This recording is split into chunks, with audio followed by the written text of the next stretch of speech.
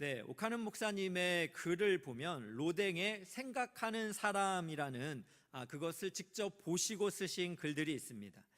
목사님은 그 작품을 이렇게 잘 살펴보다가 이 조각상에는 부제가 달려 있다고 합니다. 그런데 그 부제는 지옥문 앞에서라는 내용입니다.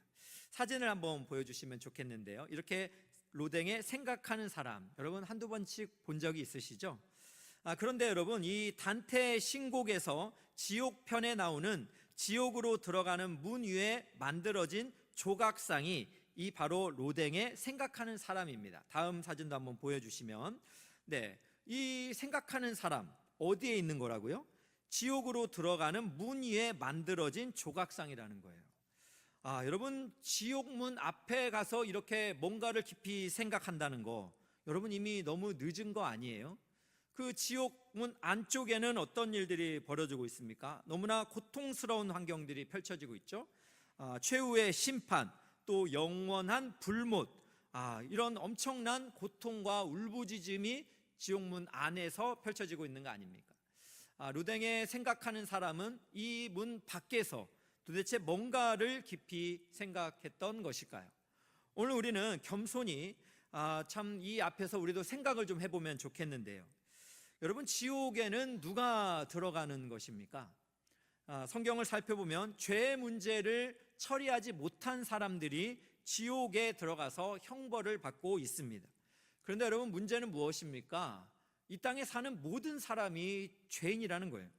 그래서 로마서 3장 23절에 이렇게 말씀합니다. 모든 사람이 죄를 범하였음에, 여기에 모든 사람에는 어린아이부터 또 어른에 이르기까지, 또 흑인이건 백인이건, 또 그가 가난하건 부자이건, 또 그가 학벌이 좋건, 또 그가 뭔가 외모가 뛰어나건, 모든 사람이 죄를 범하였다는 것입니다. 그리고 그 결과는 하나님의 영광에 도달할 수가 없는 그러한 비참한 상태에 있다는 거죠.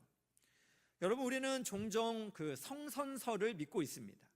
성선설이란 인간은 본성적으로 착하다, 선하다라고 생각하죠. 그래서 여러분, 영화를 좀 보면 결국에는 결론이 이렇게 마음이 바뀌면서 뭔가 해피엔딩으로 끝나는 그런 영화들도 보면 성선설을 믿기 때문에 그렇습니다.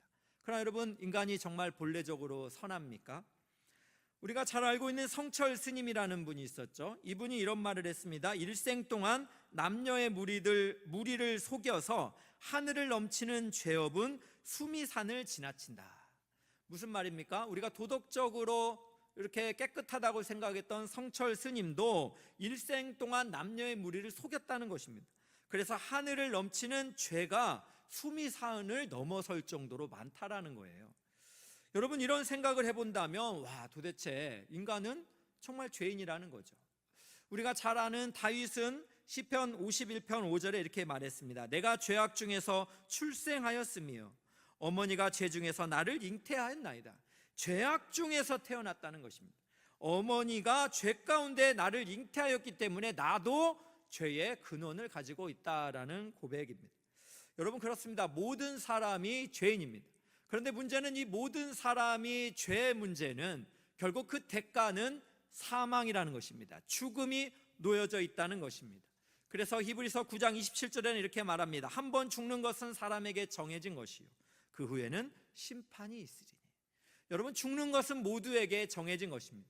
그래서 혹자는 이렇게 표현하죠. 우리가 은행에 가면 번호표를 들고 있는 것처럼 저쪽에서 은행원이 땡 하고 소리가 나면 우리가 띵동 소리를 듣고 나가는 것처럼 우리도 그렇게 어느 날 하나님께서 우리를 부르시면 가야 되는 것이 인생이라는 것입니다. 그런데 여러분, 인생은 그게 끝이 아니라는 거죠. 인생은 많은 사람들이 소멸될 것이다, 없어질 것이다, 그렇게 믿고 싶어 합니다만 그렇지가 않습니다. 인생은 우주에 어떻게 속하게 될 것이다, 여러분, 그것도 아닙니다. 성경은 우리에게 분명히 말하죠. 인생의 죽음 이후에는 심판이 놓여져 있습니다. 여러분, 그런데 문제는 이 심판이 너무나 가혹해요. 우리가 상상하기 어려울 정도로 끔찍합니다. 여러분, 누가복음 16장을 보면 우리가 부자와 한 거지 나사로의 이야기가 나오죠. 부자는 이 땅에서 호의호식하며 많은 것을 누리며 살았습니다. 거지는 어땠습니까? 나사로는 굉장히 고생했습니다. 그가 아픈 데를 개가 핥을 정도로 그런 가난한 사람이었습니다. 그러나 어떻게 됩니까? 결국에는 이 가난한 그 거지 나사로는 아브라함 품에 안기고, 이 부자는 음부에 들어가게 됩니다. 이 음부 앞에서의 고통이 얼마나 심각했던지 누가복음 16장 24절에 이렇게 말합니다. 부자가 말합니다. 아버지 아브라함이여, 나를 긍휼히 여기사 나사로를 보내어 그 손가락 끝에 물을 찍어 내 혀를 서늘하게 하소서. 내가 이 불꽃 가운데서 괴로워하나이다 라고 말하는, 얼마나 괴로웠으면 나사로를 보내서 그 손가락 끝에 물을 찍어서 내 혀를 좀 서늘하게 좀 적셔달라고. 내가 불꽃 가운데 너무너무 괴롭다라는 표현을 하고 있는 거잖아요. 여러분, 이것을 한 단면만 봐도 우리가 죄의 결과로 심판으로 마주하게 될 이 결과는, 이 사망은 여러분 우리가 상상하지 못할 비참한 운명입니다. 여러분, 이렇게 참 우리 인생은 너무나 비극입니다. 우리가 이 땅에는 행복하게 산다 할지라도 이 죽음 이후는 우리에게 참 너무나 끔찍한 운명이 놓여져 있다는 것을 생각해 볼 때 얼마나 여러분 가슴 아프겠어요? 살 희망이 없는 거죠. 여러분, 이 땅에 많은 사람들이 노후 대책을 고민합니다. 그래서 젊었을 때에 부동산도 좀 가져보고 저축도 많이 하면서 노후를 참 평안하게 살려고 노력을 많이 하죠. 그런데 정작 중요한 것은 우리가 준비하지 않아요. 무엇입니까? 죽음 이후, 즉 사후의 대책은 우리가 별로 고민하지 않는 것이 문제 아닙니까? 이 죽음 이후에 심판이 놓여져 있는데, 여러분, 이 심판이 우리에게 주어질 것을 생각한다면 우리가 이 죽음에 위해서 뭘 준비를 해야 할까라는 생각을 해볼 수가 있습니다. 그러나 여러분, 우리가 이 죽음 이후의 대책은 우리가 할 수 있는 것이 하나도 없습니다. 인간이 뭔가 노력을 최선을 다해서 죽음 이후의 영생을, 또 심판을 면제하는 그러한 길들은 없기 때문에 그렇습니다. 죽음 이후에 우리가 얻을 수 있는 길은 오직 예수 그리스도의 은혜로만 주어지는 것입니다. 그래서 오늘 우리는 본문을 살펴보면서 예수님을 믿음으로 말미암아 우리가 얻게 되는 은혜 두 가지를 우리가 좀 한번 살펴보기를 원합니다. 그 첫 번째는 무엇입니까? 영생과 부활입니다. 예수님을 믿으면 영생이 있고 부활의 소망으로 살아갈 수가 있습니다.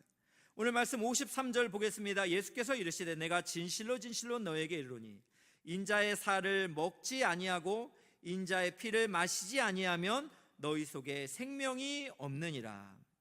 여러분, 여기서 인자의 살과 피는 예수님의 희생적 죽음을 가리키는 것입니다. 그렇다면 인자의 살과 피를 먹고 마신다는 것은 예수님을 믿는 믿음을 나타내고 있는 것입니다. 우리가 이 땅에서 예수 그리스도를 믿으면 우리 속에 생명이 있다라고 우리에게 말씀하고 있습니다. 그래서 여러분, 오늘 본문도 잘 살펴보면 예수님은 이렇게 설명합니다. 나는 생명의 떡이다 라는 것이에요. 예수님은 또 오늘 본문에서 뭐라고 말씀합니까? 나는 하늘에서 내려온 떡이다 라고 말합니다. 또 예수님께서는 살아있는 떡이다 라고 이렇게 말씀합니다. 그렇습니다. 예수님은 살아있는 떡입니다. 생명의 떡입니다. 하늘로부터 내려온 떡이 되십니다. 그렇기 때문에 누구든지 예수님을 이렇게 믿는다면 인생을 살아가면서 예수 그리스도와 함께 영원한 생명을 얻을 수가 있는 것입니다. 여러분이 영원한 생명을 얻는다라는 게 우리에게 얼마나 큰 위로가 되고 또 때로는 힘이 되는지 모르겠습니다. 저도 이전에 한번 소개한 것처럼 작은 수술을 한번 받은 적이 있다고 그랬잖아요. 이제 수술실에 누워서 이렇게 가운만 하나 걸치고 차가운 이 수술대에서 마취를 기다릴 때 옆에 계셨던 어느 여성이 너무나 슬프게, 너무나 참 두려운 가운데 울부짖고 있었어요. 얼마나 그 슬픔이 컸던지 제가 목사라는 또 이 사명감이 불타올라서 커튼을 막 거치고 괜찮으세요? 라고 물어보고 싶었던, 절제했던 그 순간이 정말 기억이 나는데요. 그런데 그 음성을 제가 들으면서 느꼈던 것은 무엇이냐면 죽음에 대한 공포가 가득했습니다. 그래서 이 수술이 심각한 수술이다라는 것, 어쩌면 다시 눈을 뜨지 못할 것이라는 그런 염려와 근심의 눈물이었다라고 저는 생각을 합니다. 그러면서 저는 시편 23편이 묵상이 되어졌습니다. 시편 23편 6절을 보면 내가 여호와의 집에 영원히 살리로다. 내가 이 땅에서 생명을 다하면 내가 눈을 뜨는 곳은 어디입니까? 여호와의 집, 하나님께서 함께 계시는 천국이구나라는 것을 생각할 때 그때 저에게 왔던 위로가 얼마나 컸는지 모릅니다. 또 예수님께서는 나의 선한 목자가 되셔서 내가 사망의 음침한 골짜기로 다닐지라도 해 받을 것을 두려워하지 않는 것은 주께서 나와 함께 하시기 때문이라. 주의 지팡이와 막대기가 나를 안위하고 계신다라는 사실이, 이 보호자가 있다라는 것이 얼마나 큰 위로가 됐는지 모릅니다. 그렇습니다, 여러분. 우리는 예수님께서 우리의 목자가 되시고 보호자가 되십니다. 이 땅에서 우리가 위험의 순간을 겪을 때에도 우리와 함께 하시고, 혹여나 우리가 하나님께서 정한 시간이 되어서 생명을 이 땅에서 다 마친다면 우리가 눈을 뜨는 곳은 영원한 집, 여호와의 집인 줄로 믿습니다. 이처럼 예수 그리스도를 믿는 자에게는 이렇게 영생이 우리에게 주어져 있습니다. 이 영생을 소유했기 때문에 우리는 이 땅 가운데서도 감사와 기쁨을 잃어버리지 않고 어떠한 형편에서도 그렇게 하나님을 찬양하며 살아갈 수가 있다는 것입니다. 또 여러분, 오늘 말씀 54절을 보니까요, 우리가 영생을 가졌고 또 우리에게 준 부활의 소망이 있습니다. 한번 보겠습니다. 내 살을 먹고 내 피를 마시는 자는 영생을 가졌고 마지막 날에 내가 그를 다시 살리리니. 마지막 날에, 즉 주님이 이 땅에 다시 오시는 그날에 예수를 믿는 자를 예수님께서 다시 살리겠다는 것입니다. 이것은 바로 부활을 나타내고 있습니다. 여러분, 예수님께서 이 땅에 반드시 다시 오십니다. 이 땅에 다시 오실 때 어떠한 일이 펼쳐집니까? 그리스도 안에서 죽은 자들이 먼저 부활합니다. 그리고 그때에 지금까지 살아남은 자들과 함께 공중으로, 구름 속으로 끌어올려 공중에서 주를 영접하게 되고 주와 함께 영원토록 그렇게 살아갈 수 있는 것입니다. 여러분, 이것이 무엇을 나타냅니까? 주님이 다시 오시는 마지막 날에 우리가 부활한다는 거예요. 그래서 여러분, 빌립보서를 살펴보면 우리의 낮은 몸을 예수 그리스도와 같은 몸으로 우리를 부활하게 하신다라고 말씀하고 있습니다. 여러분, 우리의 낮은 몸입니다. 썩을 몸입니다. 죽을 몸입니다. 마음에 안 드는 몸입니다. 그러나 주님이 다시 오실 때 우리가 부활하여 주님과 같은 영광의 몸으로 부활한다라는 사실이 여러분에게 주는 기쁨이 얼마나 가득합니까? 그렇다면 여러분, 우리 예수님께서는 마지막 때 우리를 그렇게 부활의 몸으로 새롭게 하시고 이제는 우리를 새롭게 하셨기 때문에 우리가 살 이 땅을 새롭게 하십니다. 그래서 요한계시록을 보면 예수님은 내가 만물을 새롭게 하노라 말씀하시고, 또 주님께서는 새하늘과 새 땅을 펼쳐지시면서 우리가 부활한 우리가 주님과 함께 세세토록 왕노릇하며 주님이 창조하신 새로운 곳에서 기쁨과 감사를 누리며 살도록 우리에게 허락하셨습니다. 여러분이 마지막 날을 생각하면 우리가 기쁘고 감사합니다. 그래서 여러분, 이 마지막 날을 향해서 아무도 모르기 때문에 하나님께서는 사도 요한을 반모섬의 끝까지 살아남게 하시면서 그에게 이 마지막 날에 펼쳐질 일들에 대해서 계시하셨습니다.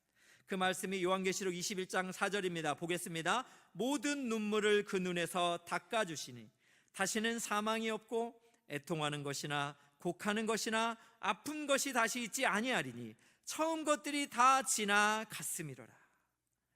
여러분, 저는 장례를 섬기면서 이 말씀을 묵상할 때 얼마나 위로가 되는지 모르겠어요. 여러분, 장례를 이렇게 참 당한 유족들을 생각해 보면 그 환경이 얼마나 안타깝고 얼마나 마음이 아픕니까? 그런데 우리가 다시 그리스도의 그 재림의 시간에 우리가 부활을 하고 새하늘과 새 땅에서 함께 우리가 살아갈 때에 주님이 어떻게 하신다고요? 우리의 모든 눈물을 눈에서 닦아주신대요. 그곳에서는 다시는 사망이 없고 애통하는 것, 곡하는 것, 아픈 것이 다시 있지 않는다라고 말씀하셨습니다. 사랑하는 귀한 성도 여러분, 이 땅이 비록 우리가 예수를 믿고 살아가면서 고난과 아픔의 연속이지만 우리 주님이 다시 오시는 그때에는 우리가 다시 사망이 없고 또 우리 주님께서 우리의 모든 눈물을 닦아주시며 우리를 품에 안아주실 줄로 믿으시기를 축복합니다. 그래서 여러분, 우리는 이 고난이라는 형광 속에서, 이 현실 속에서 무엇을 바라봐야 됩니까? 영원한 영광을 바라봐야 됩니다.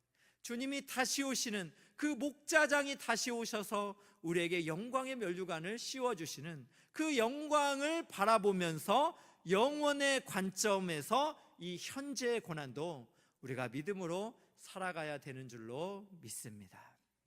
이처럼 여러분, 우리가 예수님을 믿으면 우리에게 무엇이 있다고요? 영원한 생명과 부활의 소망이 있다라는 것을 믿음으로 받으시기를 주님의 이름으로 축원합니다. 여러분, 두 번째로 예수님을 믿음으로 얻는 은혜가 있다면 그것은 예수님과의 연합입니다. 여러분, 이 땅을 살아가는 사람들은 참 외롭습니다. 얼마나 외로웠던지 제가 사막이라는 한 시를 본 적이 있어요. 이 시인이 얼마나 외로웠는지 우리 생각을 해볼까요? 시 내용이 이렇습니다. 그 사막에서 그는 너무도 외로워 때로는 뒷걸음질로 걸었다. 자기 앞에 찍힌 발자국을 보고 걸으려고. 여러분, 이 시인이 얼마나 외로웠다고요? 사막에서 너무나 외롭지 않아요? 그래서 때로는 뒷걸음질로 걸었대요. 자기 앞에 놓여있는, 찍혀있는 발자국을 보고 그렇게 걸으려고. 여러분, 이 시에서 느껴지는 것처럼 인생은 참 외롭습니다.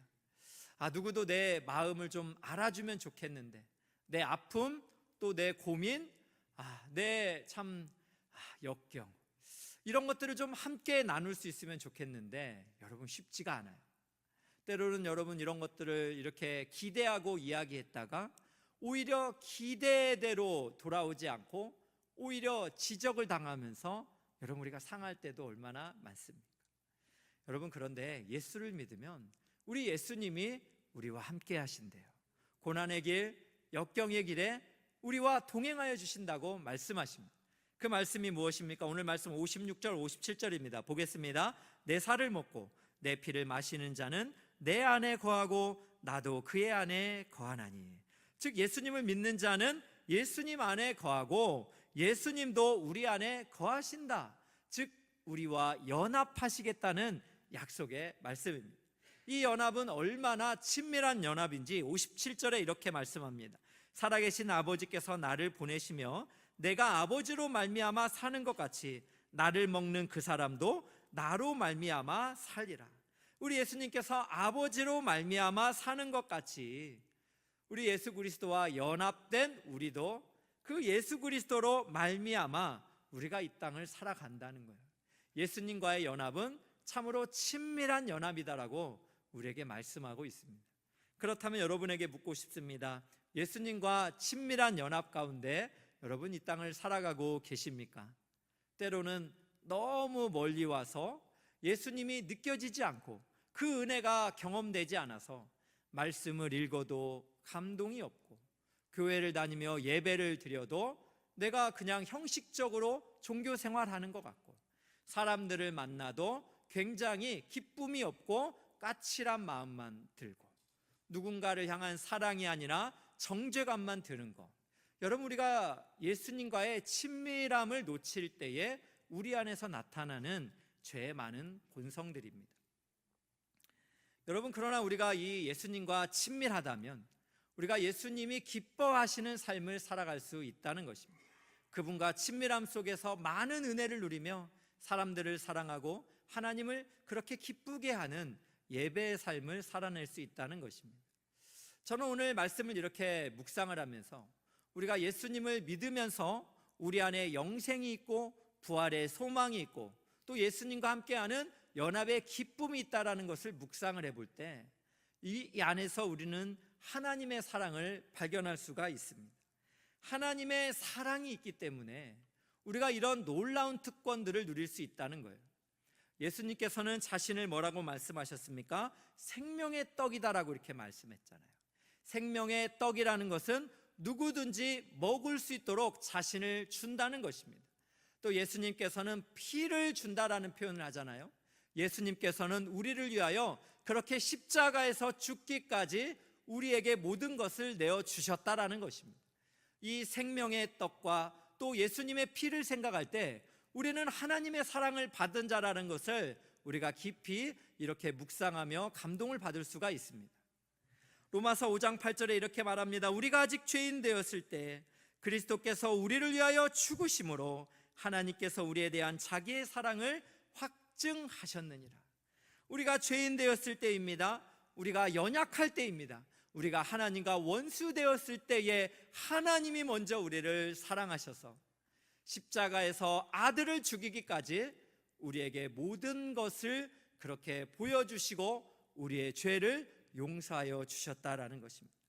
여러분, 우리가 이 하나님의 사랑을 묵상할 때, 우리가 이 땅을 살아가면서 힘들고 괴롭고 어려운 일들이 있을 때, 내가 하나님의 사랑받는 존귀한 자라라는 이 정체성만을 우리가 생각하고 산다면 이 땅에서의 어떤 어려움도 우리가 이겨낼 수 있을 줄로 믿습니다.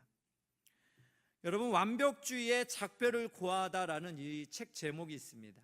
이 책을 우리가 잘 읽어보면 하나님께서는 우리를 순액이 아니라 총액으로 사랑하신다라는 이런 말씀을 합니다. 여러분, 총액이라는 것은 무엇일까요? 포장과 이것저것 잡다한 것을 전부 포함했다라는 것을 이야기합니다. 그렇다면 순액이라는 것은 무엇일까요? 그것은 본질적인 내용만을 가리킵니다.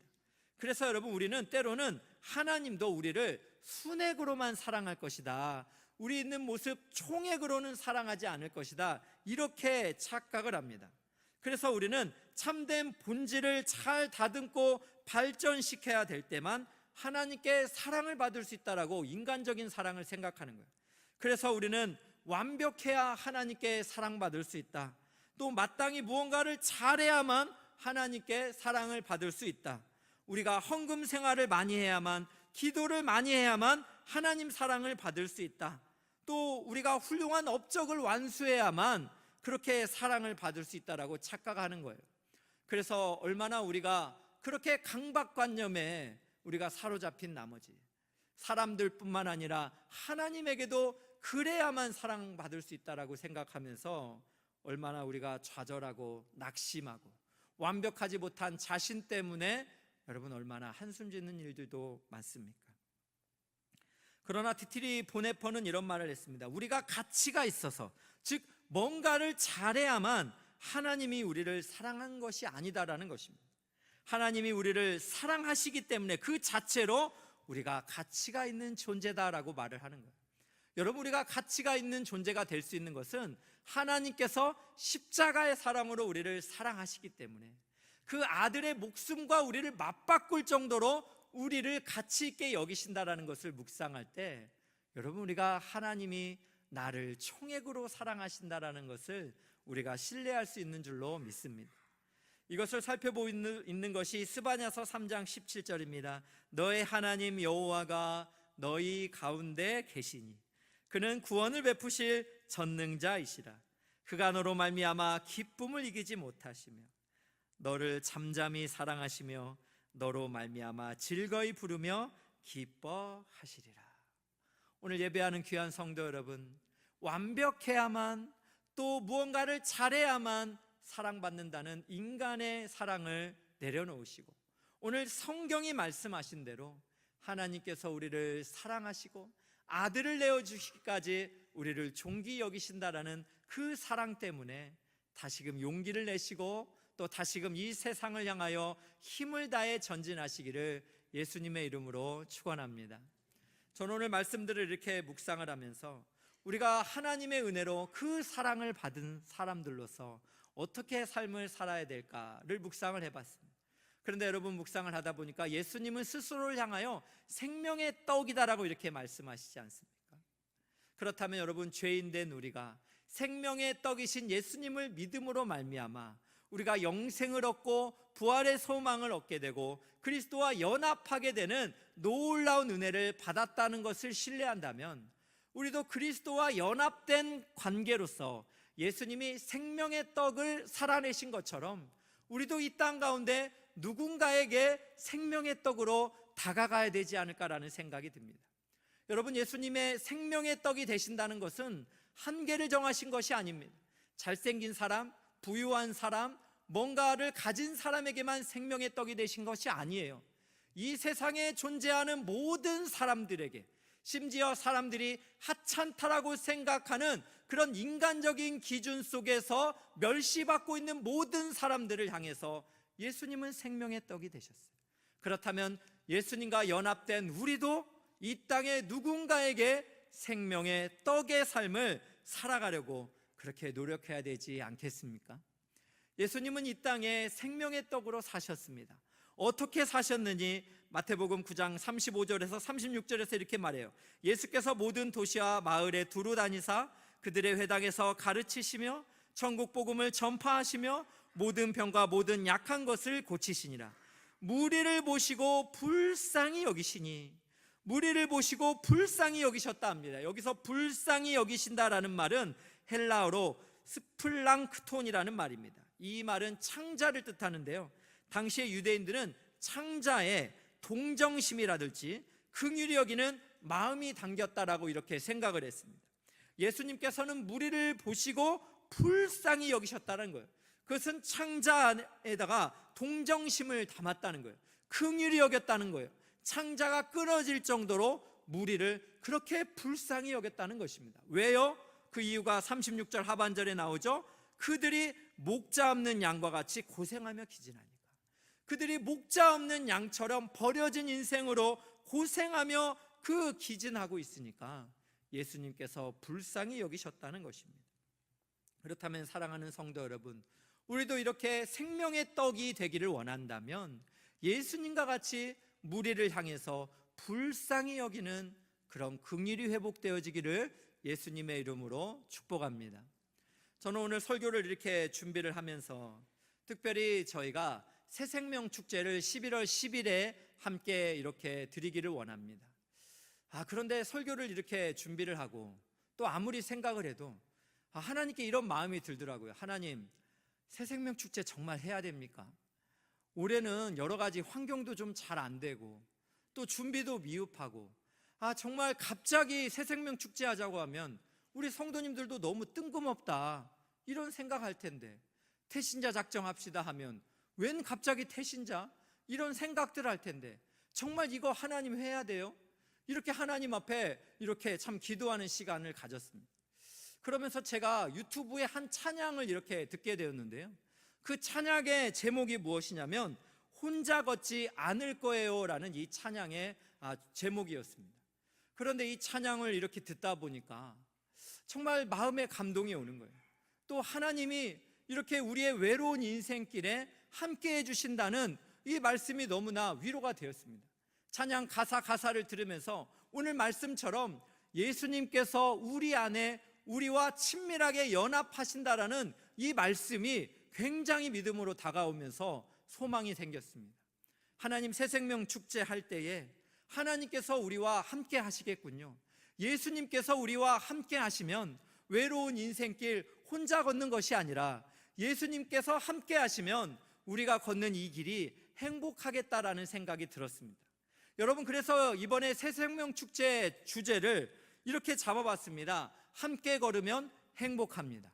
그런데 여러분, 그 위에 가로가 있어요. 가로가 무엇이냐면 예수님과 함께 걸으면 행복합니다라는 거예요. 즉 가로 열고 닫고 뭐가 있다고요? 예수님과 함께 걸으면 행복합니다라는 거예요. 여러분, 이 땅을 우리가 살아가면서 혼자 이렇게 걷는 인생길처럼 외로울 때 예수님과 함께 걸으면 행복하게 될 줄로 믿습니다. 저는 이 새생명 축제를 통하여서 우리의 영혼 사랑이 살아나기를 원합니다. 예수님이 생명의 떡이 되신 것처럼 사람을 향하여 불쌍히 여기는 마음, 그래서 우리도 누군가에게 생명이 떡이 되고자 하는 그런 긍휼의 마음이 불과 같이 일어나기를 주님의 이름으로 소원합니다. 또 저는 새생명 축제를 통해서 우리가 좀 서로를 불쌍히 여기는 마음이 있으면 좋겠습니다. 하나님도 우리를 순액이 아니라 총액으로 사랑하시는데, 완벽하지 않아도 우리를 긍휼히 여기고 불쌍히 여기시는데, 우리가 가족 공동체 안에서 만나는 우리 사랑하는 가족들, 교회 안에서 만나는 성도님들, 여러분, 우리가 좀 바라지만 말고 이 연약함을 좀 불쌍히 여기고 좀 사랑해 주면 좋겠어요. 여러분, 10월에 가을이 얼마나 멋집니까? 이 가을에는 우리가 자주 부르는 노래가 있습니다. 10월의 어느 멋진 날에. 그 노래의 가사를 보면 뭐가 있어요? 바램은 죄가 될 테니까. 우리가 너무나 바라기만 하는 것 같아요.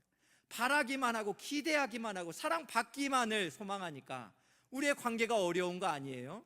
우리가 예수님의 이 생명의 떡이 되심을 묵상한다면 우리가 누군가를 불쌍히 여기고 또 우리가 서로를 긍휼히 여기는 생명을 사랑하는 사랑이 불같이 일어나기를 예수님의 이름으로 축원합니다. 결론을 맺겠습니다. 우리 엘사랑교회가 이번에 새생명 축제를 통해서 누군가의 해피엔딩을 기대하며 축복하는 시간이 되기를 원합니다. 새드 엔딩으로 끝날 만한 인간의 비참한 운명을 예수님이 생명의 떡이 되십니다를 우리가 전하면서 그의 영혼이 해피엔딩으로 마무리될 수 있도록 우리가 이를 위해서 함께 기도하고 함께 세워나갈 수 있기를 예수님의 이름으로 축원합니다. 여러분, 저는 그래서 이 시간에 특별히 태신자를 작정하는 시간을 갖기를 원합니다. 그래서 여러분, 오늘 나누어드린 함께 걸으면 행복합니다. 누구와요? 예수님과 함께 걸으면 행복합니다. 태신자 작정 카드를 여러분 드시고 또 볼펜을 이렇게 드시면서 한번 좀 생각을 했으면 좋겠어요. 그리고 오늘 특별히 우리 이지연 자매님을 초청을 했습니다. 혼자 걷지 않을 거예요 라는 이 찬양을 우리 자매님이 하나님께 올려드릴 때 우리의 좀 생각의 지경을 좀 넓혔으면 좋겠어요. 우리가 함께 걸으면 행복합니다를 전해줄 수 있는 우리의 가족, 이웃, 우리의 교회 공동체 모두를 좀 생각하면서 우리가 좀 태신자 카드도 작정하면 좋겠습니다.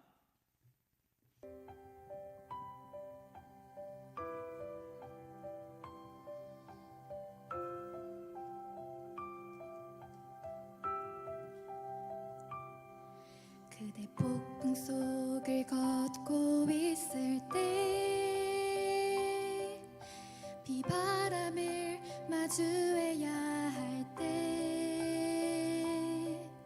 불빛조차 보이지 않아도 그대 혼자 걷지 않을 거예요. 두려움 앞에서 하늘을 보아요. 외로운 그대여 걱정 마요. 꿈꾸는 그 길을 또 걷고 걸어요. 그대 혼자 걷지 않을 거예요. 그대 폭풍 속을 걷고 있을 때 비바람을 마주해야 할 때 불빛조차 보이지 않아도 그대 혼자 걷지 않을 거예요. 두려움 앞에서 하늘을 보아요. 외로운 그대여 걱정 마요. 꿈꾸는 그 길을 또 걷고 걸어요. 그대 혼자 걷지 않을 거예요. 그대 폭풍 속을 걷고 있을 때 비바람을 마주해야 할 때 불빛조차 보이지 않아도 그대 혼자 걷지 않을 거예요. 두려움 앞에서 하늘을 보아요.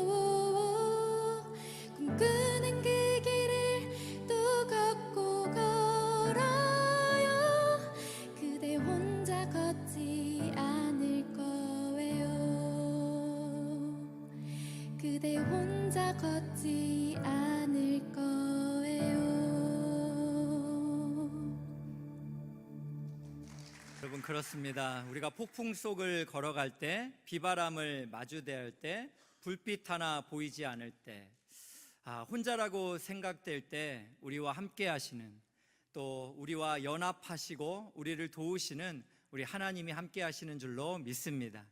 그래서 그 두려움 속에서 하늘을 보고 또 아버지의 사랑을 생각하면서 내가 혼자가 아니다, 이 외로운 인생길에 주님이 함께 계신다, 여러분 그것을 믿으면서 용기를 내시기를 주님의 이름으로 축복합니다.